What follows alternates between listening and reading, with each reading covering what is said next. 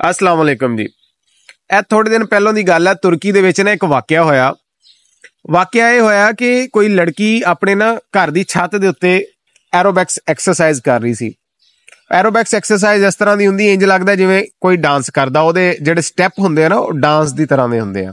Anyways, ਉੱਥੋਂ ਦੂਰੋਂ ਇੱਕ ਮੁੰਡੇ ਨੇ ਦੇਖਿਆ ਕਿ ਕੋਈ ਲੜਕੀ ਡਾਂਸ ਕਰ ਰਹੀ ਆ। ਉਹਦੇ ਕੋਲ ਆਈ ਥਿੰਕ ਕੋਈ ਅੱਛਾ ਹੈਵੀ ਮੋਬਾਈਲ ਸੀ। ਉਹਨੇ ਜ਼ੂਮ ਕਰਕੇ ਨਾ ਉਸ ਛੱਤ ਤੇ ਐਕਸਰਸਾਈਜ਼ ਕੁੜੀ ਦੀ ਵੀਡੀਓ ਸ਼ੂਟ ਕਰ ਲਈ।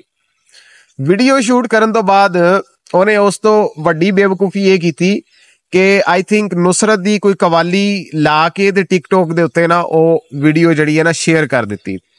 ਉਹ ਪੂਰੇ ਤੁਰਕੀ ਦੇ ਵਿੱਚ ਉਹ ਵੀਡੀਓ ਬਹੁਤ ਜ਼ਿਆਦਾ ਵਾਇਰਲ ਹੋ ਗਈ।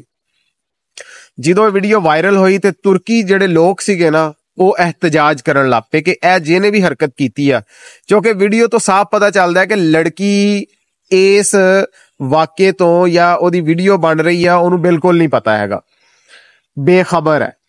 ਔਰ ਕਿਸੇ ਨੇ ਬੇਖਬਰੀ ਦੇ ਵਿੱਚ ਉਹਦੀ ਵੀਡੀਓ ਸ਼ੂਟ ਕੀਤੀ ਹੈ। ਔਰ ਇਹ ਬਹੁਤ ਵੱਡਾ ਜੁਰਮ ਹੈ ਕਿ ਕਿਸੇ ਦੀ ਤੁਸੀਂ ਵੀਡੀਓ ਬਣਾਉਂਦੇ ਹੋ, ਔਰ ਇਹ ਬਹੁਤ ਵੱਡਾ ਜੁਰਮ ਹੈ। ਉਹ ਸਾਰੀ ਤਹਿਕੀਕਾਤ ਹੋਈ, ਪਤਾ ਚੱਲਿਆ ਕਿ ਜੀ ਇਹ ਪਾਕਿਸਤਾਨੀ ਸਾਹਿਬ ਨੇ। ਉਹ ਲਾਡ ਸਾਹਿਬ ਨੂੰ ਗ੍ਰਿਫਤਾਰ ਕੀਤਾ ਗਿਆ ਔਰ ਜੱਜ ਨੇ ਉਹਨੂੰ ਕੈਦ ਸ਼ਾਇਦ ਜਾਂ ਜੁਰਮਾਨਾ ਵਗੈਰਾ ਦੀ ਸਜ਼ਾ ਦੇ ਦਿੱਤੀ।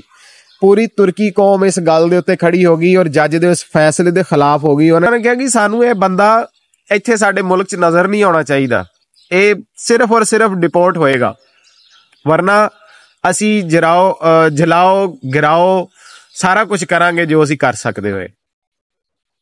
ਹਕੂਮਤ ਨੇ ਇਸ ਗੱਲ ਨੂੰ ਮੱਦੇਨਜ਼ਰ ਰੱਖਿਆ ਔਰ ਉਸ ਬੰਦੇ ਨੂੰ ਡਿਪੋਰਟ ਕਰ ਦਿੱਤਾ। ਹੁਣ ਇਸ ਵਾਕਿਏ 'ਚੋਂ ਪਹਿਲੂ ਇਹ ਨਿਕਲਦਾ ਹੈ ਗੈਰਤ, ਹਮੀਅਤ। ਕੌਮਾਂ ਦੇ ਵਿੱਚ ਗੈਰਤ ਦਾ ਹੋਣਾ ਬਹੁਤ ਜ਼ਰੂਰੀ ਹੈ, ਅਸ਼ਦ ਜ਼ਰੂਰੀ ਹੈ। ਕੌਮਾਂ ਦੇ ਅੰਦਰ ਗੈਰਤ ਹੋਊਗੀ ਤੇ ਅਦਾਰਿਆਂ ਦੇ ਵਿੱਚ ਵੀ ਗੈਰਤਮੰਦ ਬੈਠਣਗੇ। ਜੇ ਅਦਾਰਿਆਂ ਦੇ ਵਿੱਚ ਗੈਰਤਮੰਦ ਨਹੀਂ ਬੈਠਣਗੇ ਨਾ ਤੇ ਹਾਲਾਤ ਬਹੁਤ ਜ਼ਿਆਦਾ ਕਸ਼ੀਦਾ ਹੋ ਜਾਣਗੇ, ਜਿਸ ਤਰ੍ਹਾਂ ਕਿ ਹੁਣ ਪਾਕਿਸਤਾਨ ਦੇ ਵਿੱਚ ਹੋਏ ਖਲੋਤੇ ਨੇ।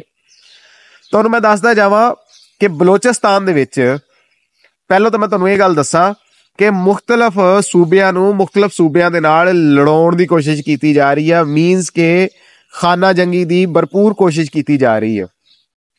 ਪਿਛਲੇ ਦਿਨਾਂ ਦੇ ਵਿੱਚ ਡੇਢ ਮਹੀਨਾ ਪਹਿਲਾਂ ਨੋਸ਼ਕੀ ਬਲੋਚਿਸਤਾਨ ਦੇ ਵਿੱਚ ਕੁਝ ਪੰਜਾਬੀਆਂ ਨੂੰ ਕਤਲ ਕੀਤਾ ਗਿਆ।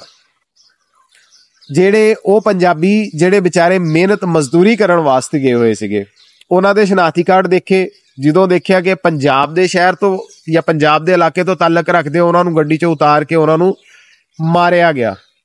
ਕਿਸੇ ਅਦਾਰੇ ਨੇ, ਕਿਸੇ ਵੀ ਸ਼ਖਸ ਨੇ ਇਸ ਗੱਲ ਦੀ ਆਵਾਜ਼ ਨਹੀਂ ਉਠਾਈ, ਮਾਂ ਸਵਾਏ ਕੁਝ ਚੰਦ ਜਿਹੜੇ ਨੇ ਪੰਜਾਬੀ ਜਿਹੜੇ ਵਿਚਾਰੇ ਜਿਹੜੇ ਯੂਟਿਊਬਰ ਨੇ ਜਾਂ ਮਸਲਨ ਨਾਸਰ ਢਿੱਲੋਂ ਹੋਣਾ ਵਰਗੇ ਜਾਂ ਹੋਰ ਜਿਹੜੇ ਪੰਜਾਬੀ ਵਾਸਤੇ ਕੰਮ ਕਰਦੇ ਪਏ ਨੇ, ਇਹਨਾਂ ਲੋਕਾਂ ਨੇ ਆਵਾਜ਼ ਉਠਾਈ। ਹੁਣ ਪਰਸੋਂ ਦੀ ਗੱਲ ਹੈ ਕਿ ਗਵਾਦਰ ਦੇ ਵਿੱਚ ਮੀਆਂ ਚੰਨੂ ਤੋਂ ਗਏ ਹੋਏ ਚੰਦ ਪੰਜਾਬੀਆਂ ਨੂੰ ਫਿਰ ਕਤਲ ਕਰ ਦਿੱਤਾ ਗਿਆ। ਗਰੀਬ ਗੁਰਬਾ ਲੋਕ, ਉਹਨਾਂ ਨੂੰ ਕਤਲ ਕਰ ਦਿੱਤਾ ਗਿਆ। ਉਹਨਾਂ ਗਰੀਬਾਂ ਦੇ ਘਰਾਂ ਦੇ ਵਿੱਚ ਉਹਨਾਂ ਜਵਾਨਾਂ ਦੀਆਂ ਲਾਸ਼ਾਂ ਆਈਆਂ। ਉਸ ਇਲਾਕੇ ਦੇ ਵਿੱਚ ਕਿਆਮਤ ਦਾ ਮੰਜ਼ਰ ਸੀ। ਕਿਸੇ ਮੀਡੀਆ ਵਾਲੇ ਦੇ ਕੰਨ ਦੇ ਉੱਤੇ ਜੂੰ ਨਹੀਂ ਰਿੰਗੀ। ਜਿਹੜੇ ਸਾਡੇ ਅਦਾਰੇ ਆ, ਖਾਸ ਤੌਰ ਤੇ ਮਿਨਿਸਟਰ ਆਫ ਪੰਜਾਬ, ਉਹਨਾਂ ਦੇ ਕੰਨ ਤੇ ਜੂੰ ਨਹੀਂ ਰਿੰਗੀ। ਕਿਸੇ ਸਿਵਲ ਡਿਫੈਂਸ ਵਾਲੇ ਨੇ ਕਿਸੇ ਕਿਸਮ ਦਾ ਕਿਸੇ ਨੇ ਇਨੀਸ਼ੀਏਟਿਵ ਨਹੀਂ ਲਿਆ। ਕਿਸੇ ਨੇ ਕੋਈ ਗੱਲ ਤੱਕ ਨਹੀਂ ਕੀਤੀ ਹੈਗੀ। ਕੀ ਗੱਲ ਪੰਜਾਬੀਆਂ ਦਾ ਖੂਨ ਇੰਨਾ ਸਸਤਾ ਹੈ? ਯਾਰ ਪੰਜਾਬੀ ਛੱਡੋ, ਇਨਸਾਨ ਨੇ, ਚਾਹੇ ਕੋਈ ਕਿਸੇ ਵੀ ਮਜ਼ਹਬ ਨਾਲ ਤਾਲੁਕ ਰੱਖਦਾ, ਚਾਹੇ ਕੋਈ ਕਿਸੇ ਵੀ ਸੂਬੇ ਨਾਲ, ਕਿਸੇ ਵੀ ਸ਼ਹਿਰ ਦੇ ਨਾਲ, ਹੈਗੇ ਤਾਂ ਅਸੀਂ ਸਾਰੇ ਪਾਕਿਸਤਾਨੀ ਆ ਨਾ। ਮੈਂ ਇਹ ਨਹੀਂ ਕਹਿੰਦਾ ਕਿ ਇਹ ਕੰਮ ਬਲੋਚੀਆਂ ਨੇ ਕੀਤਾ। ਹੋ ਸਕਦਾ ਕਿ ਉੱਥੇ ਛੁਪੀਆਂ ਹੋਈਆਂ ਕਾਲੀਆਂ ਭੇਡਾਂ ਜਿਹੜੀਆਂ ਬਲੋਚਿਸਤਾਨ ਨੂੰ ਔਰ ਪੰਜਾਬ ਨੂੰ ਜਾਂ ਮੁਖਤਲਿਫ ਇਲਾਕਿਆਂ ਨੂੰ ਇਸ ਤਰ੍ਹਾਂ ਜਾਣ ਬੁੱਝ ਕੇ ਇਸ ਗਦਰ ਦੀ ਸਿਚੁਏਸ਼ਨ ਦੇ ਵਿੱਚ ਧਕੇਲਣਾ ਚਾਹ ਰਹੇ ਨੇ। ਯਾਰ ਇਨਵੈਸਟੀਗੇਟ ਤੇ ਕਰੋ, ਉਹ ਪਤਾ ਤੇ ਲਵਾਓ ਕੌਣ ਹੈ, ਕਿਉਂ ਇਹ ਕੰਮ ਹੋ ਰਿਹਾ ਹੈ। ਸਾਡੇ ਪੰਜਾਬੀਆਂ ਨੂੰ ਚਾਹੀਦਾ ਇਕਮੁੱਠ ਹੋ ਜਾਣ, ਇਸਲਾਮਾਬਾਦ ਧਰਨਾ ਦਿੱਤਾ ਜਾਵੇ, ਬੜੇ ਜ਼ੋਰੋ ਸ਼ੋਰ ਦੇ ਨਾਲ ਧਰਨਾ ਦਿੱਤਾ ਜਾਵੇ। ਵਰਨਾ ਅੱਗੇ ਵੀ ਕਤਲੋਗਾਰਤ ਹੁੰਦੀ ਸੀ, ਕਤਲੋਗਾਰਤ ਹੁਣ ਜ਼ਿਆਦਾ ਹੋ ਰਹੀ ਹੈ ਔਰ ਇਹ ਰੁਕਣ ਵਾਲੀ ਨਹੀਂ ਹੈਗੀ। ਸਾਡੇ ਲੋਕਾਂ ਨੂੰ ਗੈਰਤ ਦਾ, ਹਮੀਅਤ ਦਾ ਮੁਜ਼ਾਹਰਾ ਕਰਨਾ ਪਏਗਾ, ਹੋਸ਼ ਦੇ ਨਾਖੁਨ ਲੈਣੇ ਪੈਣਗੇ। ਔਰ ਸਾਡੇ ਅਦਾਰਿਆਂ ਨੂੰ ਸਭ ਤੋਂ ਪਹਿਲਾਂ, ਕਿ ਸਾਡੇ ਜਿਹੜੇ ਅਦਾਰੇ ਨੇ, ਜਿਹੜੇ ਸਾਡੇ ਫੌਜ ਦੇ ਜਿਹੜੇ ਸਰਬਰਾਹ ਨੇ ਉਹਨਾਂ ਅੱਗੇ ਵੀ ਇਹ ਅਪੀਲ ਆ, ਉਹਨਾਂ ਅੱਗੇ ਵੀ ਇਹ ਰਿਕੁਐਸਟ ਆ, ਜਿਹੜੇ ਸਾਡੇ ਅਦਲ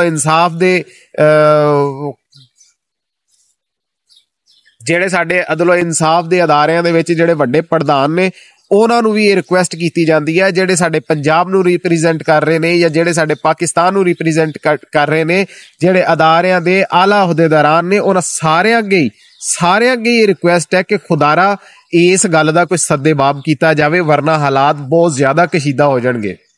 ਕਦੀ ਕਿਸੇ ਪੰਜਾਬ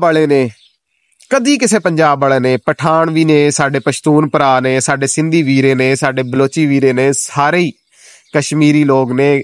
ਕੋਈ ਲਾਹੌਰ ਦੇ ਵਿੱਚ ਮਿਹਨਤ ਮਜ਼ਦੂਰੀ ਕਰ ਰਿਹਾ, ਕੋਈ ਕਿਤੇ ਕਰ ਰਿਹਾ, ਕੋਈ ਕਿਤੇ ਕਰ ਰਿਹਾ। ਕਦੀ ਅੱਜ ਤੱਕ ਇੱਕ ਵੀ ਵਾਕਿਆ ਦੱਸ ਦਿਓ ਕਿ ਇਸ ਤਰ੍ਹਾਂ ਦਾ ਵਾਕਿਆ ਹੋਇਆ ਹੋਵੇ। ਦੂਸਰੀ ਜਗ੍ਹਾ ਦੇ ਉੱਤੇ ਮੈਂ ਨਹੀਂ ਕਹਿੰਦਾ ਕਿ ਬਲੋਚੀ ਕਰ ਰਹੇ ਨੇ, ਮੈਂ ਨਹੀਂ ਕਹਿੰਦਾ ਕਿ ਸਿੰਧੀ ਕਰ ਰਹੇ ਨੇ। ਸਿੰਧ ਦੇ ਵਿੱਚ ਵੀ ਪੰਜਾਬੀਆਂ ਦਾ ਕਤਲੇਆਮ ਹੋ ਰਿਹਾ ਹੈ, ਬਹੁਤ ਸਾਰੀਆਂ ਜਗ੍ਹਾ ਦੇ ਉੱਤੇ ਹੋਇਆ ਹੈ। ਪਿਛਲੇ ਦਿਨਾਂ ਦੀ ਗੱਲ ਹੈ, ਤਕਰੀਬਨ 4 ਤੋਂ 5 ਮਹੀਨੇ ਪਹਿਲਾਂ ਦੀ ਗੱਲ ਹੈ। ਇਹ ਕਿਉਂ ਚੀਜ਼ਾਂ ਹੋ ਰਹੀਆਂ ਨੇ? ਇਹਦੀ ਵਜੂਹਾਤ ਕੀ ਨੇ? ਇਹ ਕਿਉਂ ਨਹੀਂ ਇਸ ਚੀਜ਼ ਨੂੰ ਇਨਵੈਸਟੀਗੇਟ ਕੀਤਾ ਜਾ ਰਿਹਾ? ਵਜ੍ਹਾ ਕੀ? ਗੱਲ ਅਸੀਂ ਪਾਕਿਸਤਾਨੀ ਨਹੀਂ ਹੈਗੇ? ਕੀ ਗੱਲ ਸਾਡਾ ਜਿਹੜਾ ਰੱਤ ਹੈ ਉਹਦਾ ਰੰਗ ਲਾਲ ਨਹੀਂ ਹੈਗਾ? ਕੀ ਅਸੀਂ ਇਨਸਾਨ ਨਹੀਂ ਹੈਗੇ? ਸਾਰਾ ਬੋਝ ਜਿਹੜਾ ਪੰਜਾਬ ਦੇ ਉੱਤੇ ਪਾਇਆ ਹੋਇਆ ਹੈ। ਕਿਸਾਨ ਦਰ ਬਦਰ ਦੀਆਂ ਠੋਕਰਾਂ ਖਾ ਰਹੇ ਨੇ। ਤੁਹਾਡੇ ਘਰ ਕਣਕ ਆਉਣ ਵਾਲੀ ਹੈ, 1 ਮਹੀਨਾ ਪਹਿਲਾਂ ਤੁਸੀਂ 47 ਲੱਖ ਟਨ ਜਿਹੜੀ ਹੈ ਕਣਕ ਲਿਆ ਕੇ ਇੱਥੇ ਰੱਖ ਲਈ। ਉਹ ਵਿਚਾਰੇ ਜਿਨ੍ਹਾਂ ਨੇ ਬੱਚਿਆਂ ਦੀਆਂ ਸ਼ਾਦੀਆਂ ਕਰਨੀਆਂ, ਜਿਨ੍ਹਾਂ ਨੇ 100 ਲੈਣ ਦੇਣ ਕਰਨਾ, ਉਹਨਾਂ ਦਾ ਕੋਈ ਵਾਲੀ ਵਾਰਸ ਨਹੀਂ ਹੈਗਾ।